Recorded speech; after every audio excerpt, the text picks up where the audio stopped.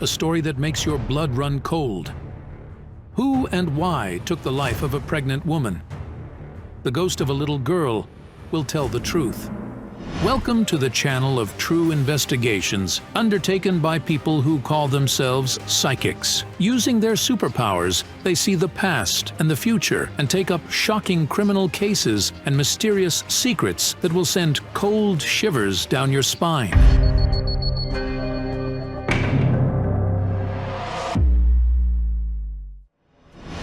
This story is about a supernatural force that has been haunting an ordinary family from Ukraine's Dnipropetrovsk Oblast.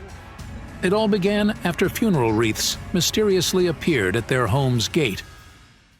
The gate opens, and Vitaly, my brother, comes into the yard running with scared eyes. "Why are the wreaths at the gate?" he asked. It was a shock. There was a round wreath over here with flowers and a black ribbon, and a basket of flowers. It was next to it.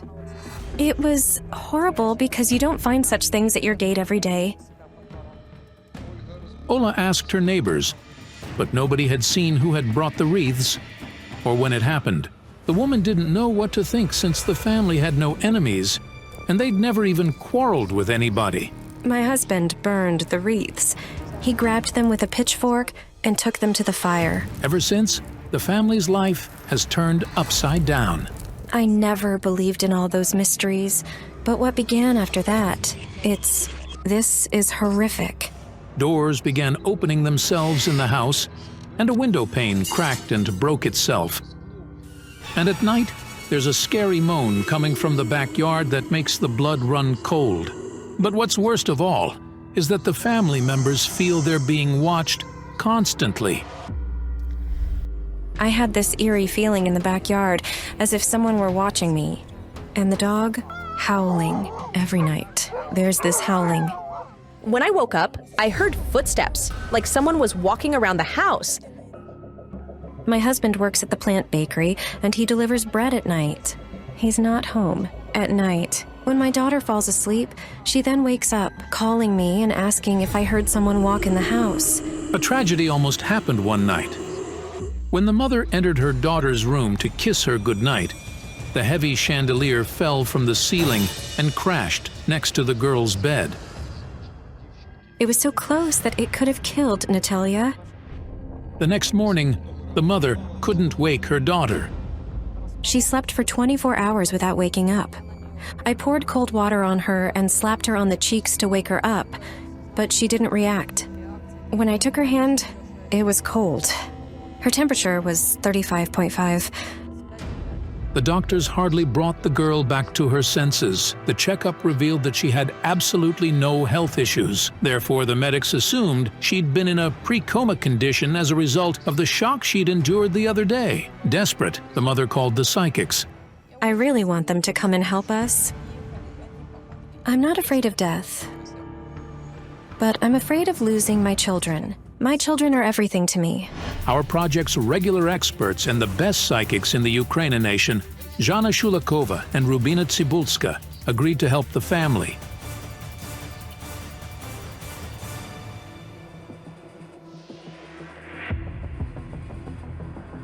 Last night I was preparing for the meeting with Olha when I saw my late mother in a dream. I don't know why, but she was with a girl of about 10. I saw a scar on her neck. Could that girl be somehow connected to Olha? I don't know. I'd never seen her before. What if one of the wreaths was from that girl's tomb? Could it be that this is how her spirit was bound to Olha's house? That girl was strange. Cold emanated from her like she was dead. But she looked alive. My mom said, "We must help her."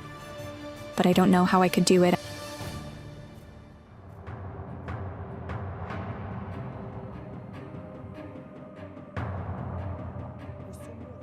Mad love that led to a murder is to blame.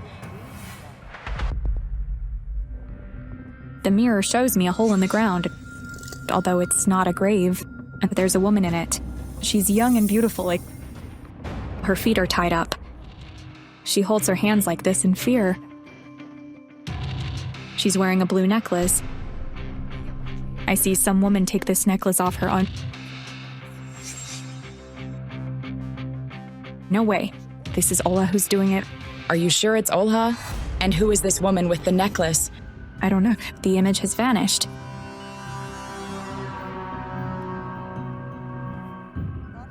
The cards say the young woman is dead. She was pregnant and she was buried alive. Dear Lord, After a while, the psychics are on site in the village where the woman lives. I beg you to help me. Please help. Some new wreaths appeared here after that.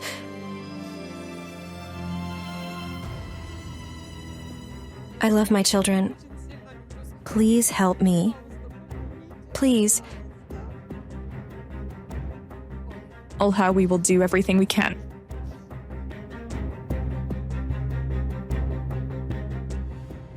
Funeral wreaths look like a jinx a lot. Tell me, please, who could benefit from doing it? It's quite possible the person who did it bound a spirit that's haunting you to your house. Can we work in the backyard? Of course. Come in, please.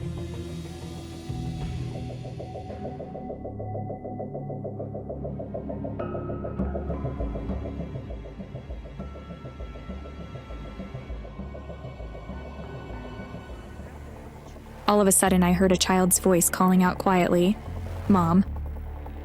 But at that moment, Zhanna distracted me. Give me a chair.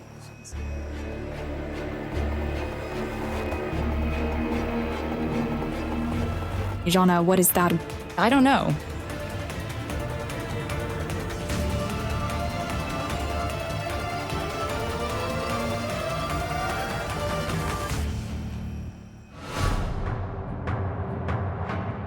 What's this? A snake's skin. Oh my god. Do you have a napkin?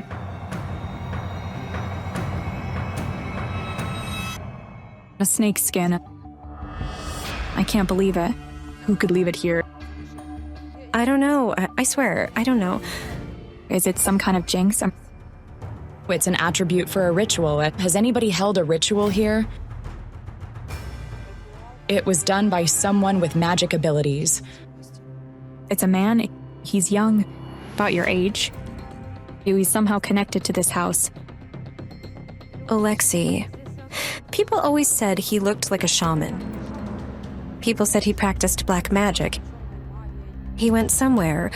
We bought the house from his father. Could he conduct a black ritual with this snake skin before he left? The ritual isn't black, no. It's like he was trying to use it to protect the house. But I see the wreaths are connected with this young man. I see that two sisters asked him to help them. They asked him to save them from grave danger. He did everything he could, but it wasn't enough. Eventually, death returned to their home, and then the women thought he'd fooled them. These women brought wreaths from the graves of their deceased relatives. They did it as revenge on him. But the sisters didn't know he didn't live here anymore. It was a load off my shoulders to learn they weren't brought here for me and my family. The cards said there was no spirit bound to the wreaths. Then, what kind of force has been haunting the house? And where has it come from, and why won't it leave the family alone?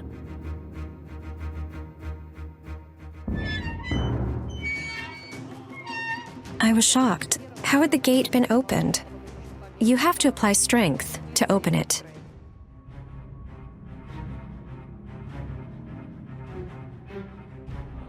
Mom, my mother's spirit is here.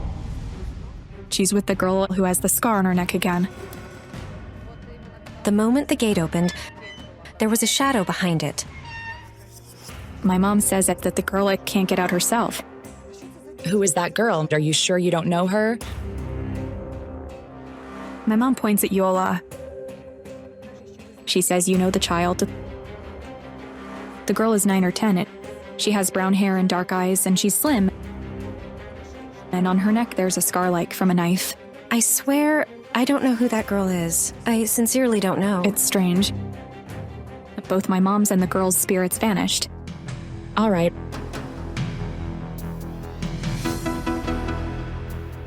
So, the force from the netherworld that's been haunting you has something to do with a murder caused by jealousy.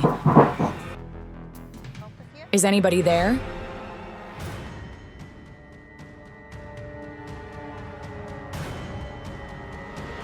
Did the sound come from here? Yes, it did.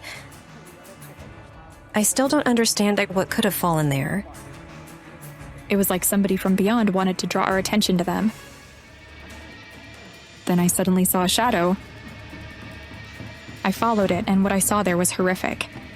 I saw somebody's body in the field. Rubina, what is that? I see a dead girl in the hole. She's very beautiful. She's 17, and oh my god, she was buried alive.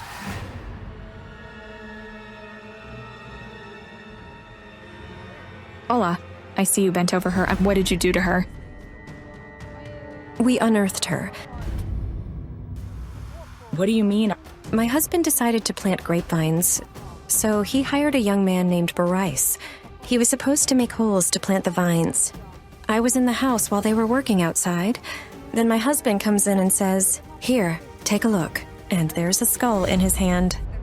But there's not only the skull, but the whole skeleton. Yes, we found a woman's body. She had a necklace on her neck. The mirror showed me this woman before the investigation. She had her legs tied and was holding her hands like this, in terror. This is precisely how she was lying. Her legs were tied with a wire up to her knee. I saw her lying in a crystal casket. She was under a layer of shattered glass. I immediately called the police and told them everything. When our local policeman arrived, he simply looked at it and said it was ancient, and we had to call a priest. It's hard to even think of it. So he told you to do whatever you wished to the body. I'm shocked. What did you do with the bones? We called a priest and buried her. Could this woman be the spirit haunting your family? I've had a case in my practice where a woman found a man's skeleton in her backyard. It turned out to be the former owner of the house. They disturbed him, and he began doing everything to make the family leave his property. Zhanna, that young woman indeed lived here. The mirror shows her house was over there.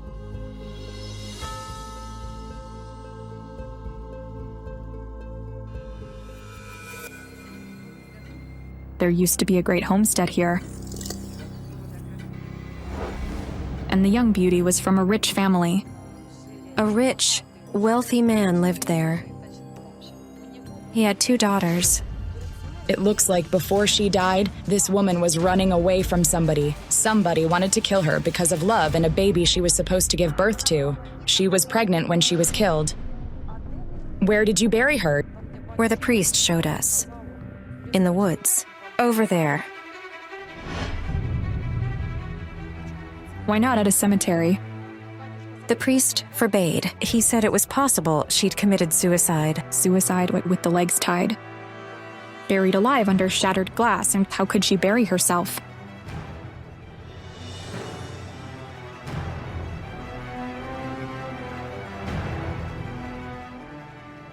Who could kill a young pregnant woman?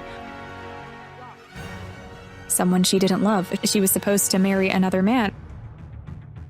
The one her parents had chosen, you see. But she fell in love with another man. And she got pregnant. That man was poor. Here's the card of poverty. It was forbidden love. Yes, yes. My grandma told me her parents didn't want it. And soon she disappeared. Yes. But Grandma didn't know where she could have gone. The father killed his own daughter. But I don't think it's her who's bothering you. She's grateful because you helped her find peace. Yes, the priest gave a funeral service. You did the best you could for her. She's deeply grateful. In my vision, I saw you take off her necklace. She had a bead necklace of a tenderly blue, turquoise color. We collected all the beads and put them all in. In the grave? Yes, yes. Do you hear the steps? Look. This girl, she's here. Is it this spirit from the grave? Yes. She's calling it. Does she want to help? Let's go. The woman has stopped at a house. She said the ghost that's haunting Olha came from here. Then she vanished. Whose house is this? It doesn't look to be habitable. Oh my god. I see some really terrible things in the mirror. It's showing me a young woman of about 20. She lived in this house and she was brutally murdered. She was stabbed with a knife many times. Yes, she was killed. She's not related to you, but you, Ola, treated her like family. Yes. Who is she? Tatiana. Tatiana was the sister of Olha's first husband, whom Olha divorced many years ago. She was friends with his sister. In 2009, Tatiana was brutally murdered. It happened at night in her own house. She suffered over 70 stab wounds. She was 21. Hold on. I feel a double heartbeat. Was she murdered while she was pregnant? Yes. She was in her 7th month. It wasn't just shock, it was a nightmare. Tatiana was murdered after midnight. Her husband was traveling on business. Her mother, who lives nearby, found her body in the morning. She came to bring her pregnant daughter milk. Everything was covered in blood. I screamed. I saw nothing but it. The mirror shows me a good-looking young woman. Fair hair, blue eyes. She looks like an angel. It was she who murdered Tatiana. She's in prison. She's fair-haired and blue-eyed. Inna used to live in the same village with a little daughter and a husband. The woman looked very youthful and sweet. Nobody could believe she could do something like that. The cards tell me she did it out of jealousy. Rumors said Inna was jealous of her husband's interest in Tatiana. But I don't feel there was something between Tatiana and Inna's husband. But something connected them, though it wasn't an affair. A job. Before Tatiana got pregnant, she'd worked in an engineering brigade, where Inna's husband also worked. The cards told me Inna was aggressive and cruel, and her childhood was to blame. She didn't have the love and care of her parents, so she feared she would lose the only person she loved, her husband. I felt the presence of somebody who loved Tatiana a lot and blamed themselves for her death. Over there. Come over here, please. I'm her sister, Anastasia. Why do you feel guilty? Because I didn't stay with her. Anastasia helped her sister and often stayed to spend a night with her. She thinks that if she'd been around that night, Tatiana could be still alive. How old were you when it happened? I was 17. Do you really believe you could have defended her? Do you realize you die together with her? Don't blame yourself, never.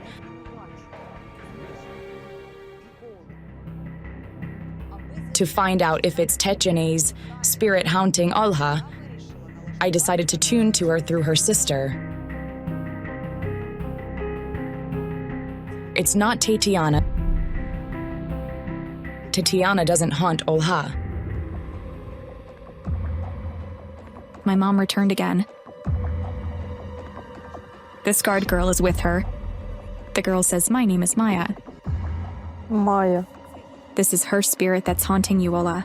Maya. It seems the victim's sister, unlike Olha, knows who it might be. She wanted to name her daughter Maya. Maya. It turns out Tatiana was pregnant with a girl and had already chosen this beautiful name for her. The girl looks like she's 9 or 10 years old. Wait, how long ago was this murder? At 10, right? Yes, 10 years ago. Why does she keep coming? God, it's so terrible.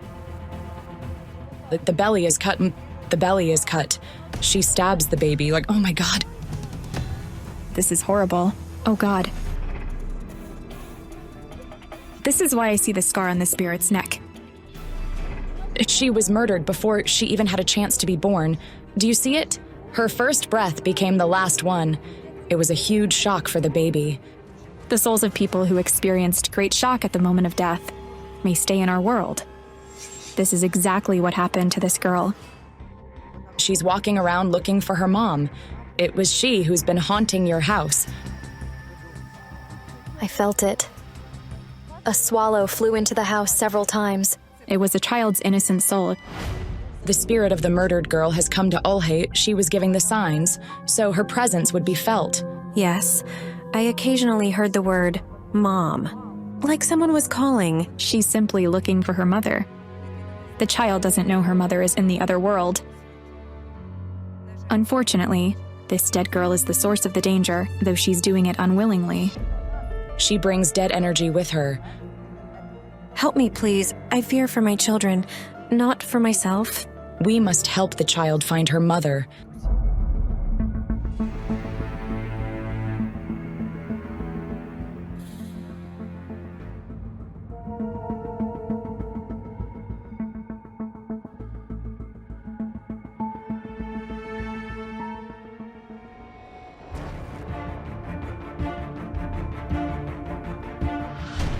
Мама, я в командарик. У Модіна манго. The girl's spirit is here. Tell her she must go. She'll hear you and she'll listen to you. Maya, please, stay with your mother.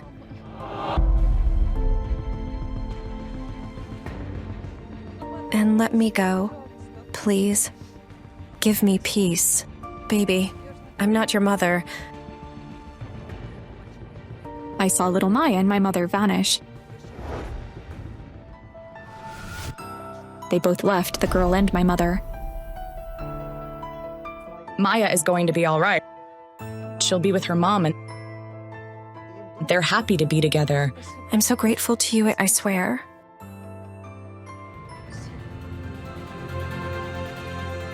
We all feel a great relief. Thank you so much. A horrific crime committed by a jealous woman ruined so many lives, and its consequences, as a mysterious black hole, began ruining the lives of absolutely innocent people. A horrific murder of a schoolgirl on Children's Day. Don't miss out. The girl's ghost will expose everyone involved in her death. June 1st, 2018. The center of a small Ukrainian village.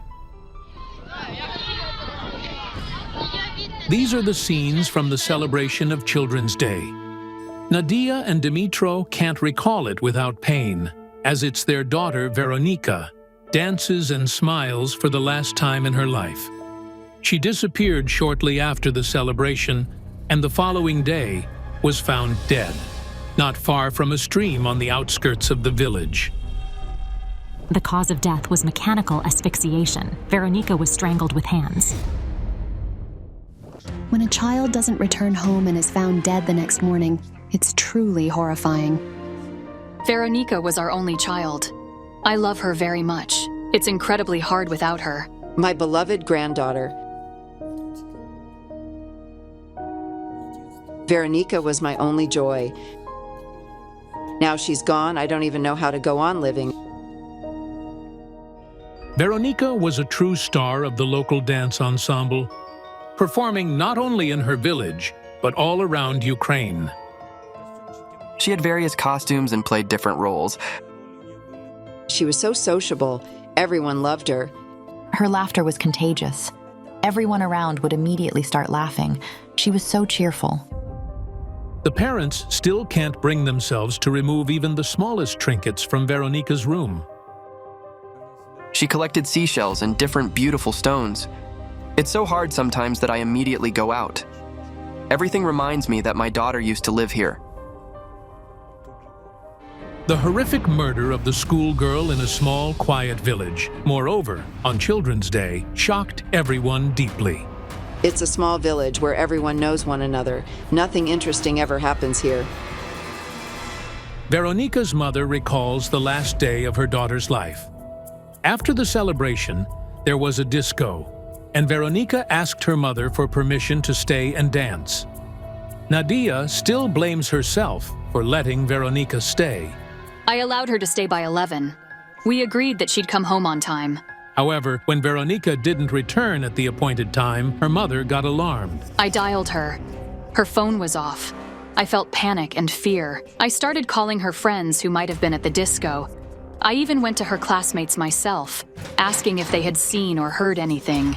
The search for the 7th grader took almost 24 hours. The parents tried to find anyone who might possibly know where their daughter had gone or seen her. Aunt Nadiia, her mom, approached me and asked, "Have you seen Veronika?" On June 1st, Lydia, Veronika's friend, was also at the disco. However, she says she didn't see when or where Veronika had disappeared. None of Veronika's friends could say where she had gone. I called our local police officer, and he told me to urgently call the police from the town. I hoped they would find something, and everything would be okay.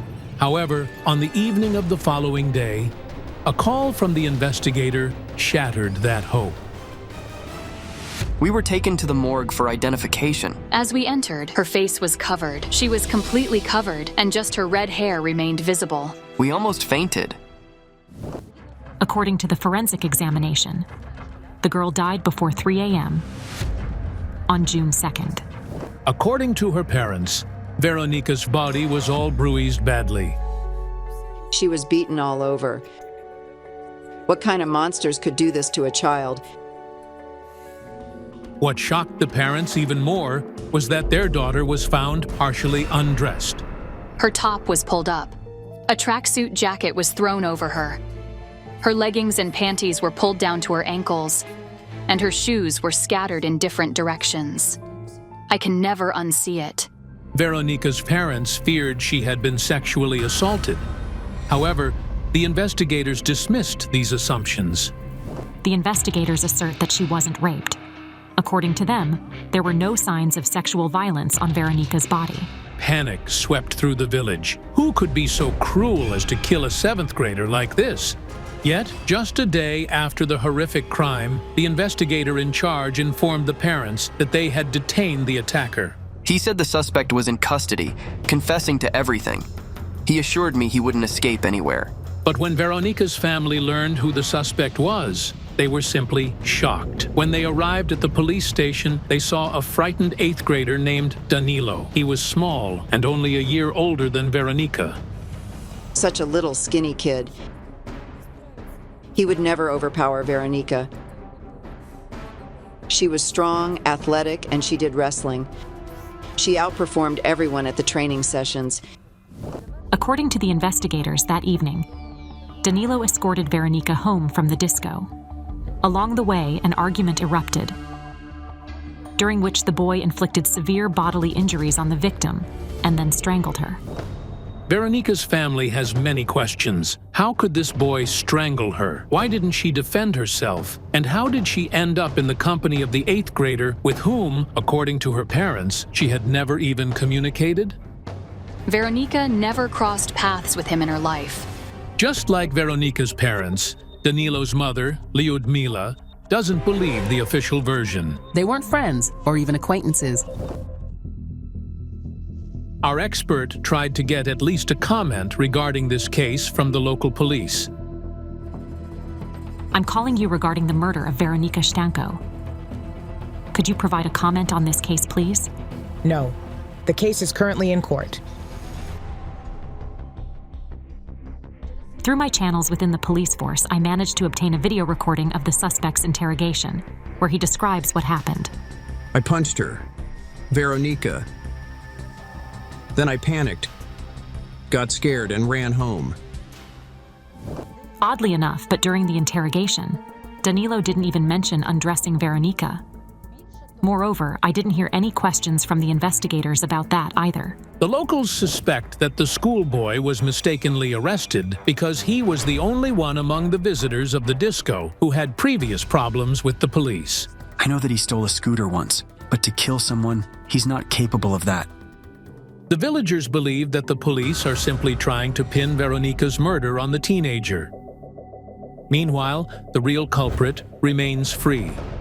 The real criminal is free, while the innocent boy is in prison. Moreover, Danilo comes from a troubled family. His father is currently behind the bars, while his mother supports their large family single-handedly, so they can't even afford a lawyer. I think they arrested him because his father is in prison. Maybe they assumed it was him because of his family history. It's impossible. I know he didn't do it. Veronika's parents claim that the evidence against the schoolboy that the investigators suggest raises more questions than answers. They have a suspect, but no evidence. Forensic experts found numerous scratches on Veronika's body. In this photo, you can see clearly nail marks. However, it's strange that the swabs taken from under Danilo's nails immediately after his arrest showed neither traces of her blood nor epithelium. For some reason, they didn't conduct an examination of the swabs from under Veronika's nails. According to the chief investigator, her hands were in water for a long time. But based on the photos of the place where they found her, her hands couldn't have been in water. Veronika's parents believe that the psychics are their only hope to understand what truly happened to their daughter. We really want to know the truth, to find out who the real killer is, instead of just pinning everything on that boy. I won't get my daughter back, but if we don't hold the one who really did it accountable, the impunity could lead to another crime. Our project's experts, Yana Pasynkova and Zhanna Shulakova, take up the case. Hello. Hello? We want to know who killed our daughter. May I see your daughter's photo? Of course. I need a lighter.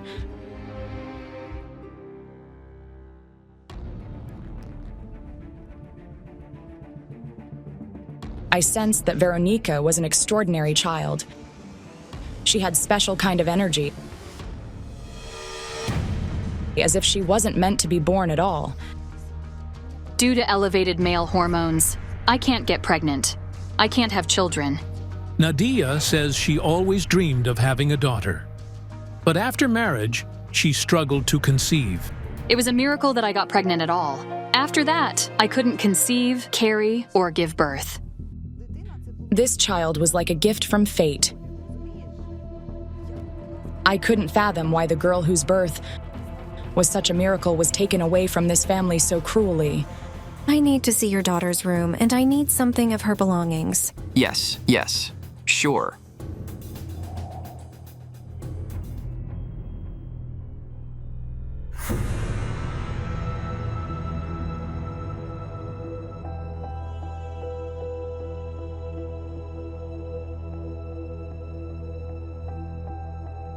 These are her certificates, right? Yes, for the participation in contests. Dance wasn't just a hobby for her, it was her life. I heard Veronika's voice. She said, "My friend knows my secrets. You'll see her at the gate. Let's go outside." Among the locals, I hoped to find the friend who might know the secret related to Veronika's murder, but instead, I saw the spirit of a deceased girl who was holding Veronika's hand. She was her very close friend. But now both of them are gone. She lost her friend shortly before her death. Yes, our neighbor Maria. It turns out that Veronika and her friend Maria were members of the same ensemble. I feel the same pain as yours. It's a mother's pain. Come over here. This woman's name is Olena. She lives nearby. A few years ago, she tragically lost her daughter, Maria. People still remember the tragedy that occurred at the public beach. In broad daylight, 2 children died before their parents' eyes. My husband was riding a raft with her and another girl, but the sluices on the river suddenly opened, and the current carried them away to the other side of the river. Olena's husband tried to pull both girls to the shore, but the current was too strong. Maria died from cardiac arrest, and her friend drowned. My God. We detected Maria's spirit for a specific reason. Veronika perceives Maria's death as a great injustice from the world. To her, it was like losing a part of her. You see? Yes. Veronika's parents still remember their daughter, visit her best friend's grave, and sit there for hours every day after school. Veronika quit the ensemble because everything there reminded her of her deceased friend. After Maria's death, she simply took down the poster of that ensemble that hung on the wall in her room, saying she didn't want to see it. And she just couldn't be there. They perceive each other as family, like sisters. Your daughter knew absolutely everything about Veronika. She knew all her secrets. I feel this secret was related to love and some man. I see a small room with fair walls. You both are in there. Your daughter is still alive, and she's with you. You argue. Dmytro, you're pushing something. Stop.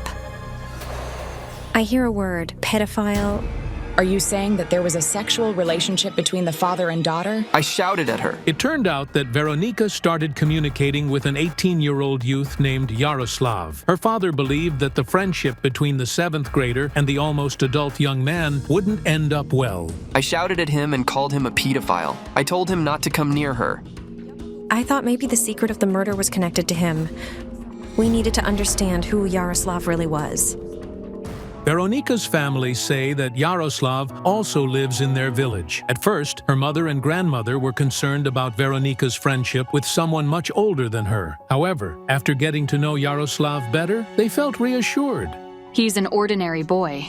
He's cheerful and interesting. They mostly walked along the street by the pond. Once, she came home with a rose. We asked her where the rose was from, and she said it was from him. Nadiia says that at some point, the relationship between Veronika and her father turned into constant arguments. Veronika reacted dramatically to every comment he made. Dad became her worst enemy. I had conflicts with my wife and daughter about it. I didn't allow it. Veronika's mother claimed I wouldn't achieve anything with shouting, especially considering Veronika had entered the teenage phase. You're losing your family. You're not together anymore. Do I get it right? Yes. You broke up, and it happened while Veronika still lived, right? Yes. We hadn't lived together for over a year before this happened. So yes, in 2017, sometime in April, my wife and daughter moved to another place. It's still in the village, but they rented the accommodation. The couple separated for a while to calm down and cool off. Veronika lived with her mother and saw her father occasionally. However, after their daughter's death, Nadiia and Dmytro realized they could never be together again. I couldn't understand whether the boy towards whom Veronika had strong feelings could be really involved in her death. I phoned Yaroslav to check his alibi. We agreed to meet and talk at the station. The psychics, Veronika's parents, and her close friend Lydia are waiting at the railway station. Yaroslav said that he left the disco before Veronika. He went from there with his friend Mikola and spent the night at his grandmother's house. However, when I checked Mikola's interrogation, his testimony contradicted Yaroslav's. When I left the disco, Yaroslav was already gone. I don't know where he was. Besides, nobody interrogated Yaroslav's grandmother as a witness. Yaroslav's alibi isn't proven. So, could he really be involved in Veronika's murder? Yaroslav, did you see Veronika on the day when she disappeared? Yes. At around 6 or 7. We met at the station and went to the club. To the disco, right? Okay. What time did you leave the disco? I had to go to work the next morning, so I went home with Mikola. I was home after midnight, at around 12:30. Then tell me, please, why does your friend claim he doesn't know where you went? I have no idea. And who did Veronika stay with after you left? I don't know. Do you mean you went and left the girl you had a romantic relationship with alone? Yes. At that moment, the cards told me that someone else interfered in Veronika and Yaroslav's relationship, leading to a conflict. It's a woman.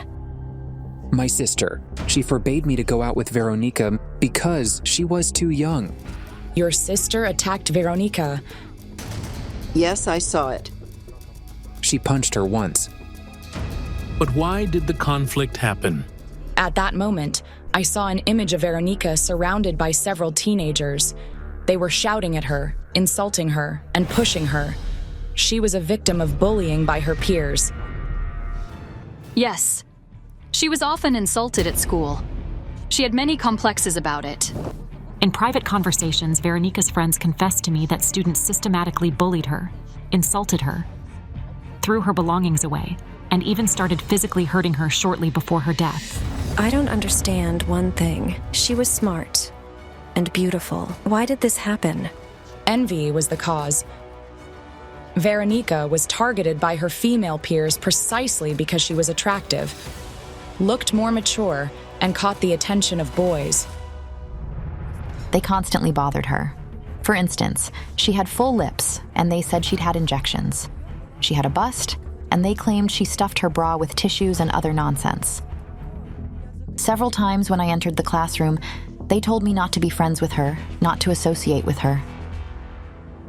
And when Veronika started dating Yaroslav, things got even worse. Yes.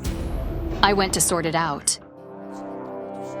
They began bullying her at school because she was dating an older guy.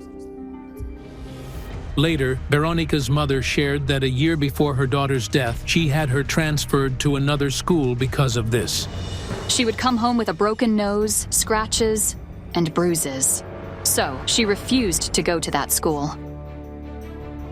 But the bullying didn't end after that. I even see the insults being written. Yes. She was often insulted both in real life and on social media. She tried swallowing pills. We spent all night irrigating her stomach. We had plenty of conversations, and we spoke to a counselor. The shocking investigation into the murder of a schoolgirl on Children's Day continues. The psychics continue to investigate the murder of a 13-year-old schoolgirl on Children's Day. The 7th grader went to a disco and never returned home. She was found the following day near a stream on the outskirts of the village where she lived, strangled and partially undressed. The investigators claim she wasn't raped. And they assured the parents that they had found the murderer. Such a little skinny kid. He would never overpower Veronika, never. The suspect is a local schoolboy named Danilo. He's 14. According to his parents, he never interacted with Veronika, and he even goes to a different school. The locals don't believe he could be involved in the murder. The people think the police are simply trying to pin the crime on the boy, who comes from a poor and troubled family. His father is in prison. Maybe they assumed it was him because of his family history. We'd really like to know who the real killer is. During the investigation, psychics Yana Pasynkova and Zhanna Shulakova, along with the project's detective Katerina Malichenko, arrived at the local train station to meet with Yaroslav, Veronika's boyfriend. My sister forbade me to go out with Veronika. Yaroslav's sister hated Veronika so much that she even raised her hand against her. I saw an image of Veronika surrounded by several teenagers. They were shouting at her, insulting her, and pushing her. She was a victim of bullying by her peers. She would come home with a broken nose, scratches, and bruises. Do you know that all her bullies were at the disco with Veronika? They were all there. Most of the teenagers claimed they didn't remember who the 7th grader went with or where she headed after the disco. Yet, strange enough, almost all of them mentioned that Veronika led an immoral lifestyle. Veronika has sexual relationships with various partners her age. Could the girl's death truly be the result of relentless bullying by her peers, which went beyond all bounds? What do you blame yourself for? She called me while I was going home and asked me to come back. Did she call you from the disco? Yes. Why didn't you come back? I don't know. I sensed that Yaroslav doesn't only regret refusing to accompany Veronika home, as shortly before her death, he broke up with her. But who would want to kill the 7th grader? And how did Veronika end up on the outskirts of the village? As far as I get it, the place where the disco was is somewhere nearby. Yes. How far is it from there to the spot where your daughter's body was found? Up to 2 kilometers approximately. Veronika's parents still can't fathom how their daughter ended up near the stream at the other end of the village. After the disco, she was supposed to head home, which is in the opposite direction. I sense she willingly went to the outskirts of the village from the disco. And she wasn't afraid because she was with someone she considered a close friend. According to the interrogated teenagers who were at the disco, they saw Danilo among the attendees and claimed he went with Veronika after the disco. But according to her parents, Veronika and Danilo weren't friends, and they didn't even communicate. I see Veronika. She's walking alongside another girl her age. Yes.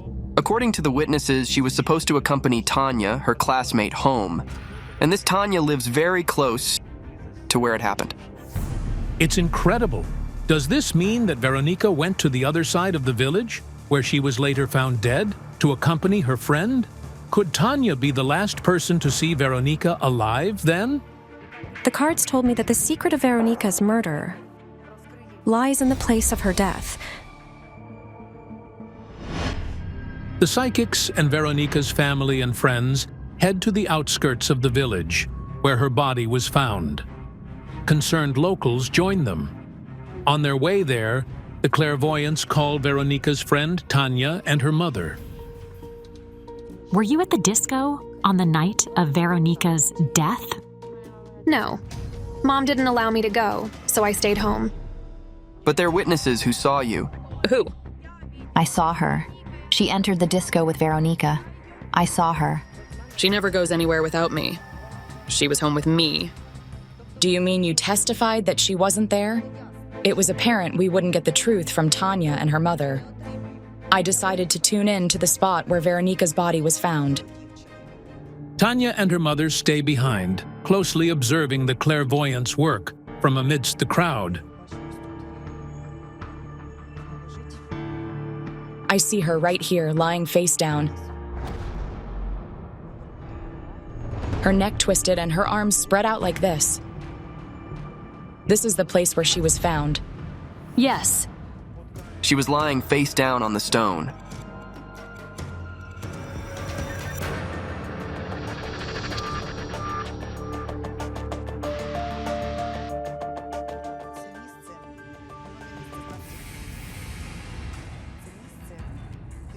But she didn't die here. She was brought here later. During the interrogation, Danilo indeed said that the murder happened about 20 to 30 meters from where they found the body, after which he allegedly dragged the unconscious girl to the stream. He wanted to splash water on her to revive her. I took her under her arms and dragged her. However, what he demonstrates at the reenactment doesn't match the results of the forensic examination. If he had dragged her like that, there would have been signs of dragging on her heels, which weren't there. Is he intentionally misleading the investigation to confuse the detectives? Or does he really not know what actually happened and is acting under pressure from the police officers? Lyudmila, Danilo's mother, has also come to the site of Veronika's death. When she heard that the clairvoyants were heading there, she hurried after them. Lyudmila is convinced her son is innocent, and he was simply forced to confess to the crime he didn't commit. Someone is threatening him, but I can't figure out who. I see shadows. There were 2 people here. The murderer wasn't alone. Was it a group murder? 2 people brought Veronika here. But who were they? If Danilo isn't acting under pressure from the police and intentionally misleading the investigation, he could very well be one of the 2 people who carried the body. But who is the other person? I decided to tune in to the moment of Veronika's death and saw Danilo with another young man.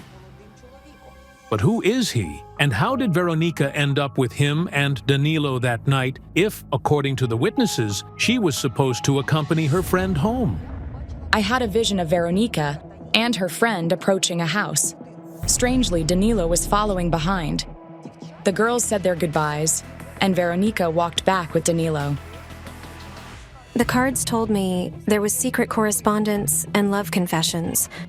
Veronika actually spoke to Danilo.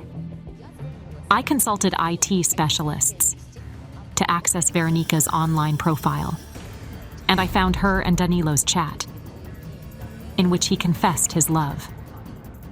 "I want to date you. I love you." And Veronika's replied, "I don't even like you." So, perhaps Danilo followed Veronika from the disco because he wanted her attention. He's not the murderer. His hand didn't commit the murder. But he's an accomplice, and he's covering up the real criminal. I also told them he was covering someone up. But who is that person? And why won't Danilo reveal his identity? He's intimidated by someone who's not involved in the murder. It could be someone from the police. As a rule, investigating a group murder of a child involves higher-level scrutiny. Meanwhile, accidental killings due to arguments are simpler to close. Perhaps the investigators wanted to avoid unnecessary complications. What is that supposed to mean? If two people were involved in the murder, there should be evidence pointing to the second attacker. But where is it? In such cases, investigators often eliminate any details that might lead to the second suspect, to erase the traces. Maybe that's why there's no other evidence in the case. But who is Danilo trying to protect? And why did that person kill Veronika? What was the motive behind this crime? I feel both ashamed and horrified to say this, but Veronika was indeed raped. Hush, hush. The detectives found a condom with a small amount of semen near Veronika's body. However, it's impossible to determine whether it was used during sexual activity with her, as there are no conclusive findings in the case files.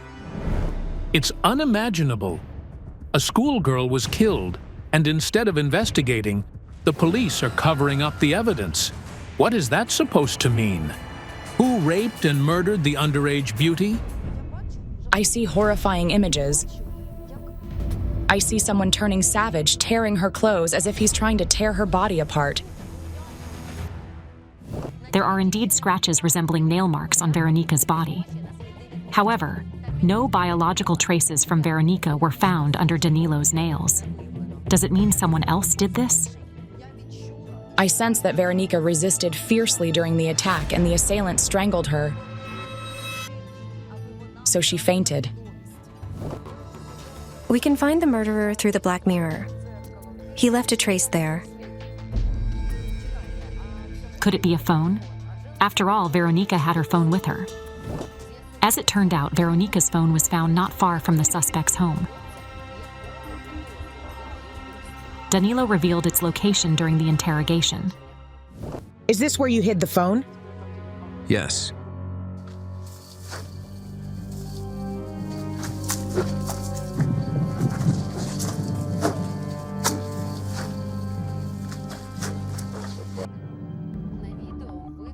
There's a number of violations in the video. Firstly, Danilo wiped the phone on his pants, potentially destroying any fingerprints. Furthermore, the detective handles the physical evidence without gloves, which contradicts standard procedures. Despite this, the investigators still analyzed the fingerprints left on the phone and surprisingly found the prints left by Veronika, Danilo, and an unidentified person.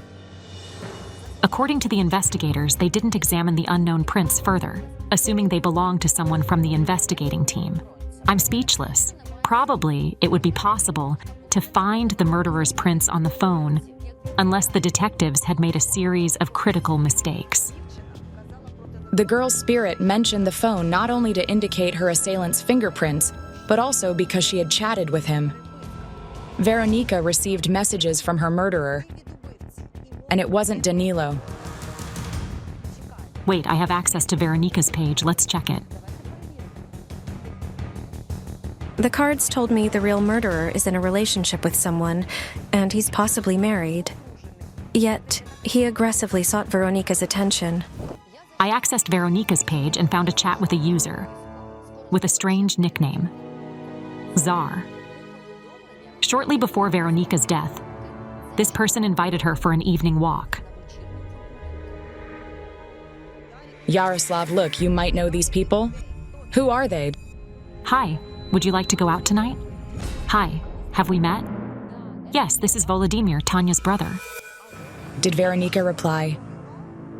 On the same day, Veronika replied, I'll tell Alisa, and he texted back, I just wanted to buy something to treat you.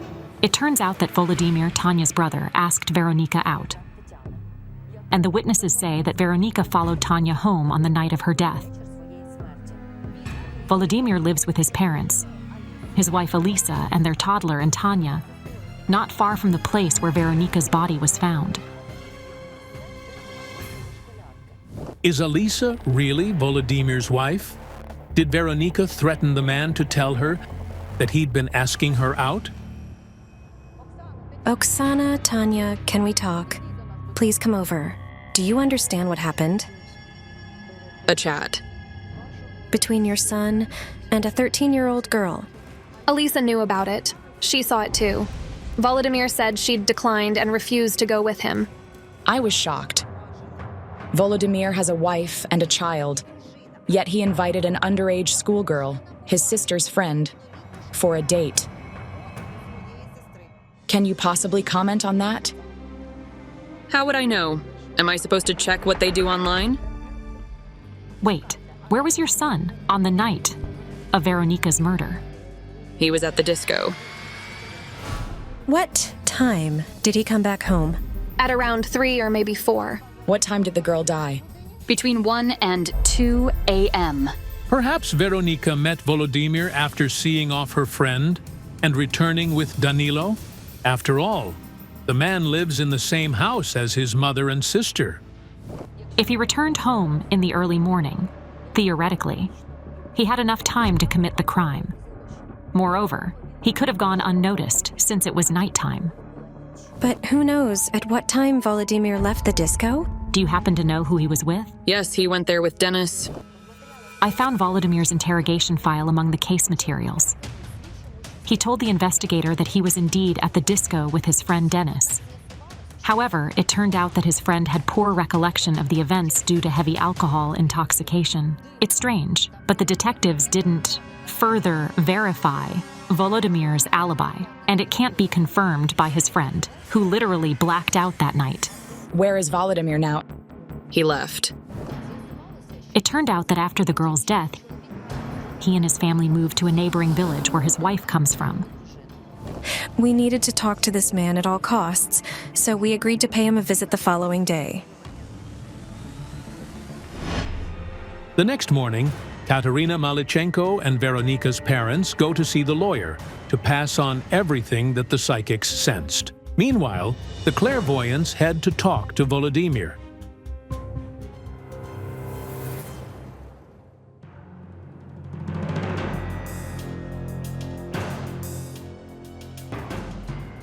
Can we have you for a word? Are you Volodymyr? Yes, And I'm Alisa, his wife. Did you know Veronika? I did. She was your sister's friend, right? Yes, What was your attitude to her? It was normal. she used to come to my place, and they played. Everything was fine, and I didn't mind. It's odd, but during the interrogation with the investigator, Volodymyr gave different testimony. Veronika always wore bright, provocative clothes, drank alcohol, smoked, and led an immoral lifestyle. I had no relationship with her, and I didn't allow my sister to associate with her. Did you find Veronika attractive as a woman? No, I'm not interested in underage girls. I just know the consequences. Then, if you weren't interested in Veronika, why did you text her to ask her out? I simply texted her. Did you see her on June Fern? I did, at the disco. Did you see her somewhere else? No, I told you I didn't see her, period. Yet again, it turns out Volodymyr is not telling the truth. I managed to obtain footage from the surveillance cameras of a store not far from the disco. Here it is. 9:46 p.m. Volodymyr meets with Veronika and Yaroslav. They talk and then enter the store. Well, okay, I met her. All right. Something strange is happening to your memory. I sensed that Veronika encountered her assailant on the way after seeing off her friend. She realized that he could help her reconcile with the boy she loved. As it turns out, the young man the psychics are speaking to is a close friend of Yaroslav, Veronika's boyfriend. Could he really be involved in her death? And why is the evidence he's giving so contradictory? If you're innocent, then why did the police interrogate you? Look, here's how it was. They called my sister first. They claimed she was at the disco, but she wasn't there. You're lying again. I saw your sister, and others saw her, too. Stop lying, will you? Are you calling me a liar? Do you want me to bring other people? Give me a break, or my reflex is going to kick in. Could Volodymyr really harm the girl?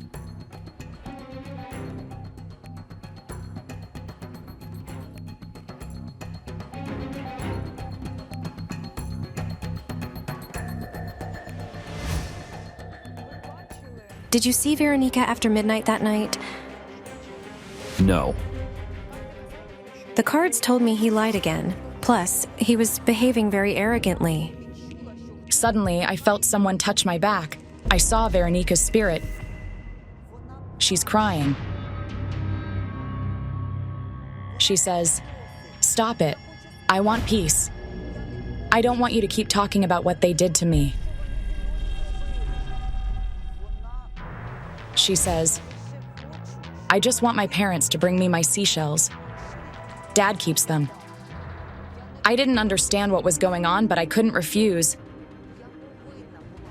I had to fulfill her last request. Nadiia and Dmytro are waiting for the psychics at the house of their daughter's father.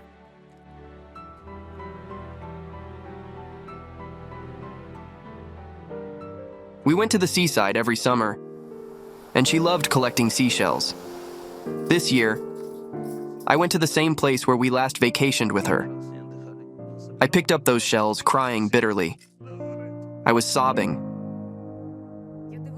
It was heartbreaking to see Veronika's parents. Please be strong. Take these seashells to Veronika's grave. She's waiting for you there. Yes. All right. We hope that thanks to the psychics, the police will reopen the investigation and hold all those involved in the murder accountable. A vengeful spirit. Everyone who sees the deceased athlete in their dreams dies. Don't miss out. What terrifying secret lies buried beneath the home of the woman's brother? This small house belongs to an ordinary family of the Yushchenkos. Kirilo, the father, his wife Tatiana, and their children, 9-month-old Kostya and 5-year-old Karina. Kirilo works as a security guard, while Tatiana is a homemaker. Although everything in their lives appeared normal, the family had recently been overcome with intense fear. There's been more than one threat to my wife's life. It all started 6 years ago. One morning, Tatiana woke up feeling unwell.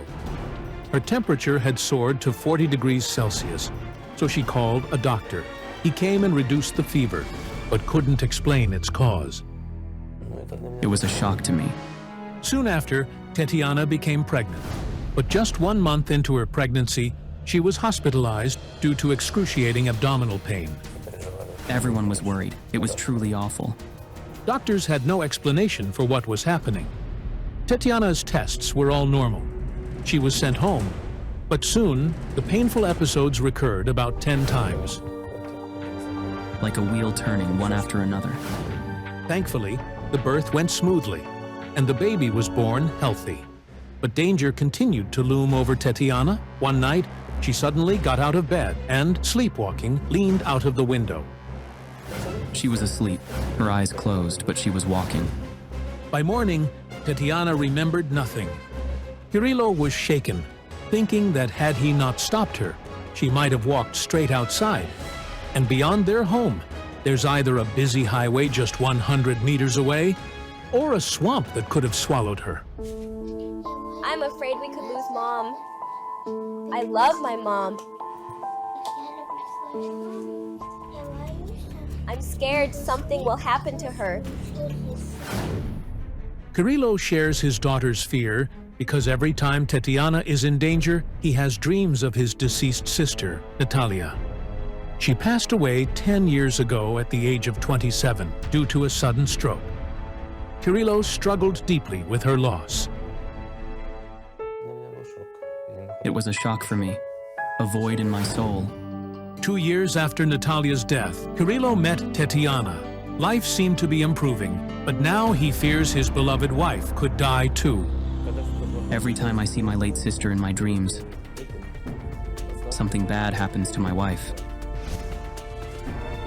I need the psychics to come. When they come, they will protect my mom. Psychics Zhanna Shulakova and Zaman Sipatayev will attempt to uncover the truth behind this haunting mystery. I see the eyes of a predator watching its prey, then a leap. It attacks and tears it apart. There's a sea of blood.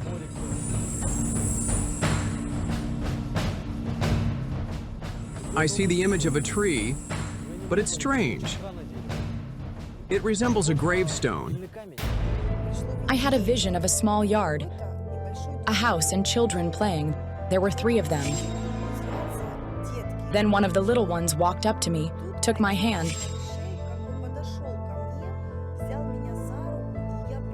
and I saw a horrifying picture.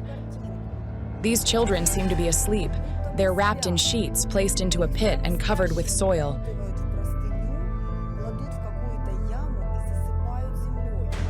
Their parents are the ones doing this. The horror made me shudder.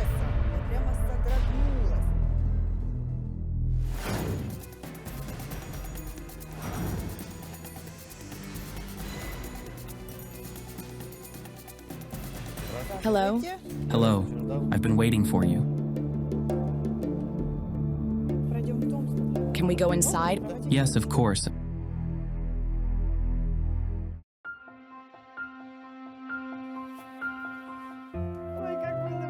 Oh, what a smile. Oh, great, look what I have for you. Kirilo's daughter was also eagerly awaiting the psychic's arrival. Something feels very off here. Kirilo recently received a clear sign regarding his wife. Kirilo explained that just 2 weeks before the psychics arrived, he had another dream of his sister. The next morning, his wife fell ill again. The doctors had to take me from home with a fever of 40. But why do Kirilo's dreams about his deceased sister always foreshadow misfortune? A condition where your head feels like it's splitting apart. An unbearable pain. My sister suffered a brain hemorrhage. According to forensic medical reports, the cause of death was a stroke. Natalia lived apart from her brother with her partner. One day, she suddenly felt unwell and called an ambulance. Then at the hospital, the brain hemorrhage occurred. Instant death. Kirilo learned about his sister's hospitalization from her fiancé. He rushed to see her, but was too late. I didn't notice anyone around me. It was a huge shock. She was highly disciplined in sports and had a strong will. Her life was all about sports. Natalia did biathlon, a winter Olympic sport combining cross-country skiing with rifle shooting. She was a silver medalist at the European Championships and won many competitions. She had many trophies. Most of them were for the first place. 5 years before her death, Natalia became a biathlon coach. It was her sport that ultimately led to her demise. Her health problems had started in her youth, from the moment she entered the sport. As it turned out, Natalia Yushchenko had complained of general weakness and dizziness ever since she started biathlon. She often had headaches. These symptoms are common among young athletes who train excessively, don't get enough rest, and lack essential vitamins and minerals. It was unbearably hard for Kirilo to deal with his sister's death. I always looked up to her. We lived near each other and spoke often. The grief was so overwhelming that at one point, Kirilo even contemplated suicide. I revved up my motorcycle, and then it suddenly stalled. I had to push it home, but the next day, it started as if nothing had happened. A paradox. Kirilo is sure that his sister's spirit prevented him from dying that day. Maybe she was the one who stopped me. It has been almost 10 years since Natalia's death. Why does she now appear in Kirilo's dreams? Only for something bad to happen to his wife afterward. Your sister comes to you in dreams to shield you from something. Kirilo's sister, Natalia, did not die just like that. Some otherworldly force took her. But what's most terrifying is that this same force is now trying to take Kirilo's wife. This is precisely what Natalia is trying to warn her brother about. At that moment, I heard ringing laughter. Children were playing outside. It was the same laughter I'd heard in my dream. It's a sign. I suggest we go outside.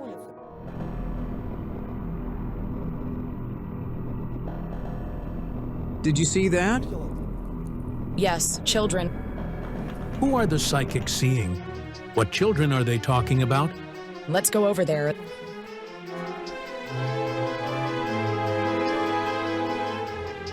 They're literally running away. But who are those children? Why were they in the yard? And what is truly happening to Kirilo's wife? Suddenly, I had an image. A fair-haired, very delicate young woman. Nighttime. She's asleep in her bed. Then, as if startled by a nightmare, she suddenly sits up in terror. That's when I realized. Just like Kirilo, she saw Natalia in her dream. As it turns out, Kirilo's sister had a close friend, Olena. They were very good friends, very close. A few months after Natalia's death, she began appearing to her in her dreams, and soon Olena was stabbed to death. When Olena was murdered, it was another devastating shock. This is horrifying. Could Kirilo's wife suffer the same dreadful fate? If Kirilo's sister also appeared to Olena in her dreams, then we need to go to her home. There, we might understand what she was trying to communicate.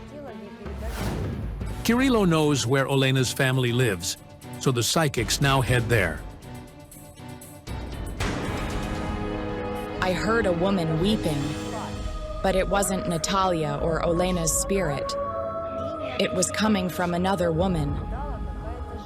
I realized it was the mother of the murdered woman.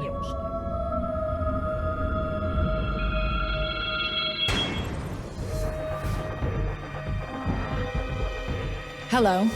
This is Lyudmila Borovi. She is 55 years old, and she's an ordinary housewife. Olena was her only daughter, a stunning beauty, a dedicated athlete, and a two-time World Biathlon Championship medalist.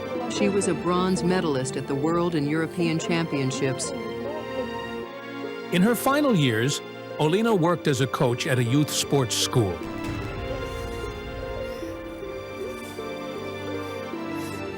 My dear baby,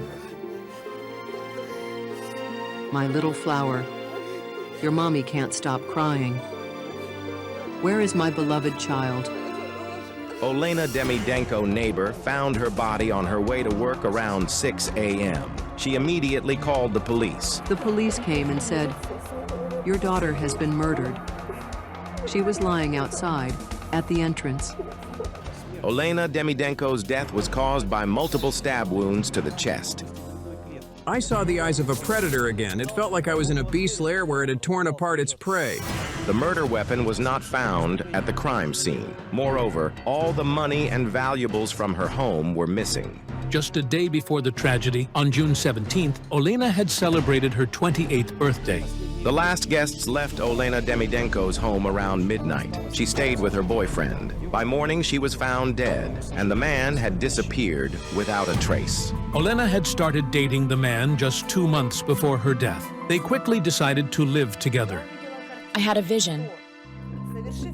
After committing the murder, the man packed his belongings and fled. The police are almost certain that Olena Dmytro was killed by her partner, who had prior convictions, including for murder. According to Olena's mother, neither the family nor Olena herself knew about her boyfriend's criminal past. She didn't know anything about him. He never showed any signs, at least. But how is Olena's death connected to what's happening to Kirillo's wife? Why is she constantly in danger?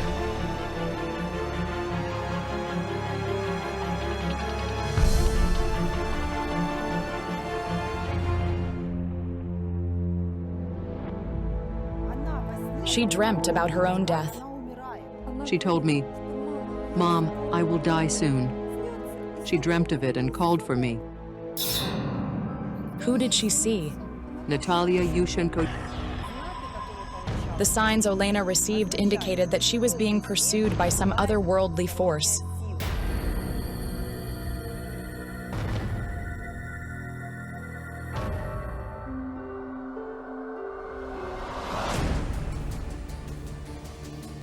The psychics arrived at the site where Olena Dmytrenko's mutilated body was found. She had bought this house 2 years before her death. She lay here like this.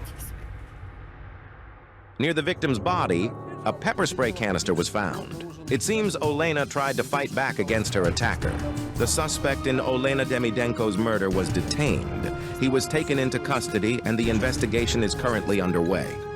At that moment, I had a vision of a man brutally stabbing and murdering people. I thought I was seeing Olena's killer, but then I realized it was someone else. Even more disturbingly, he was a relative of the victim. What does this mean? Could one of Olena's relatives be the murderer? Natalia's spirit appeared beside me. She took my hand and led me inside the house.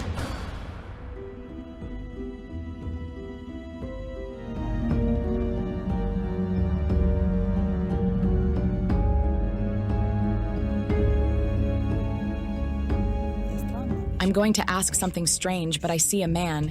He is a murderer. He's holding a knife and his hands are bloody. Olena's great-grandfather. He was a terrifying bandit. After the revolution, they robbed and killed people on the roads. The man who viciously slaughtered women and children, he is a relative of the murdered Olena. He killed people just as brutally as she was killed. My little girl.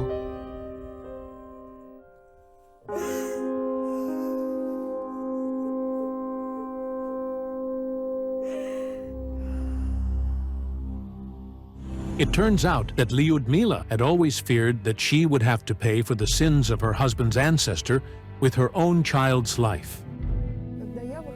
When I got married, people approached my grandmother and said, "Why are you giving your granddaughter to this cursed family?" Natalia knew about this, which is why she appeared in Olena's dreams, trying to warn her. Stop blaming yourself, stop it. You are not at fault here.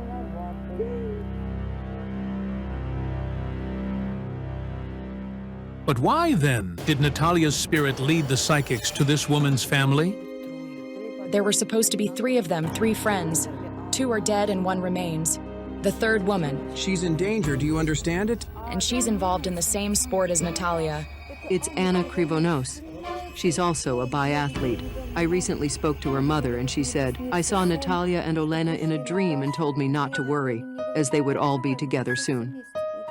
Now the 2 of them are warning that Anna must watch out. We will do everything possible to protect her and keep her safe. So, did Natalia's spirit lead the psychics to Olena's mother to save the life of another of her friends? But why does death still linger over Kirillo's wife? We decided to return to Kirillo's home. Thank you. Wishing you all the best. Be blessed. Thanks for coming.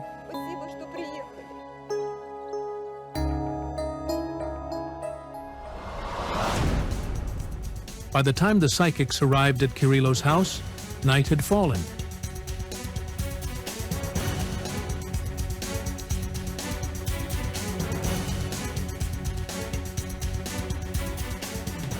Many spirits need to leave this place. The dead are bound to it. It turns out that the house where Kirillo's family now lives was built by his grandparents. Most of the family lived there. Over time, many of them passed away. My uncle died at 35. He injured his legs with log and developed gangrene. Then another uncle died. He fell from a ladder. Everyone who lives in this house is eventually taken by the same force. It once took Natalia, and now it's threatening Tatiana's life. There is definitely some force here. I have this sense that there are always many children playing in the yard, enjoying themselves. Have you noticed, for example, if you leave toys outside at night, do they disappear or move to a different spot? No, not really. Once again, the psychics are seeing children. But who are they? Kirillo and Tatiana's daughter also senses an unseen presence in the house. Those children play with her, and this is very dangerous because these games could lead to death. Incredibly, 5-year-old Karina says she often sees bats in her room. She is convinced they want to take her mother away. I see bats often. They play with my toys.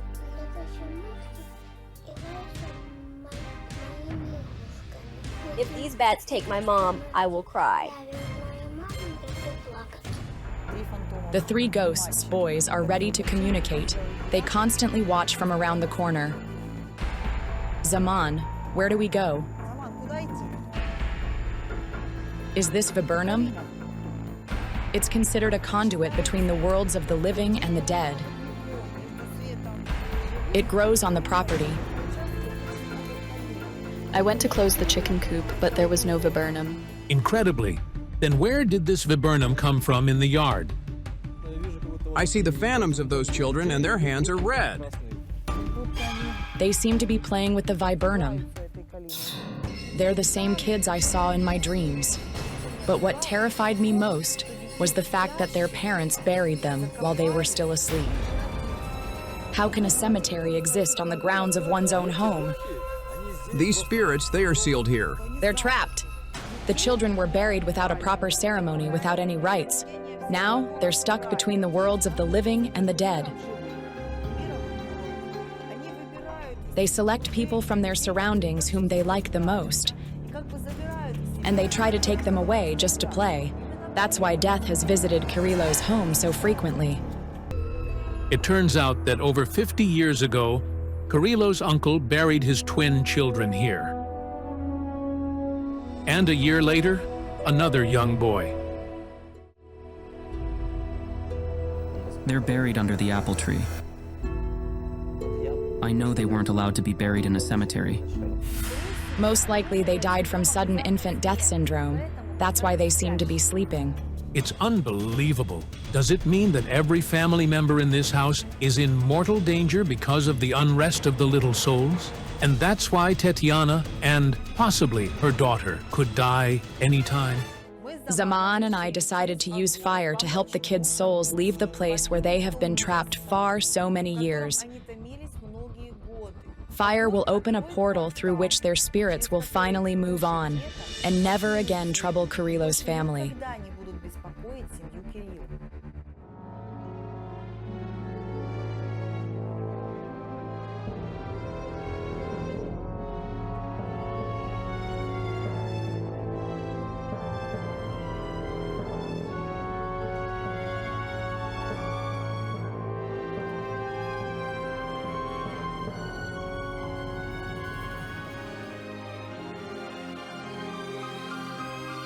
The flames are turning green.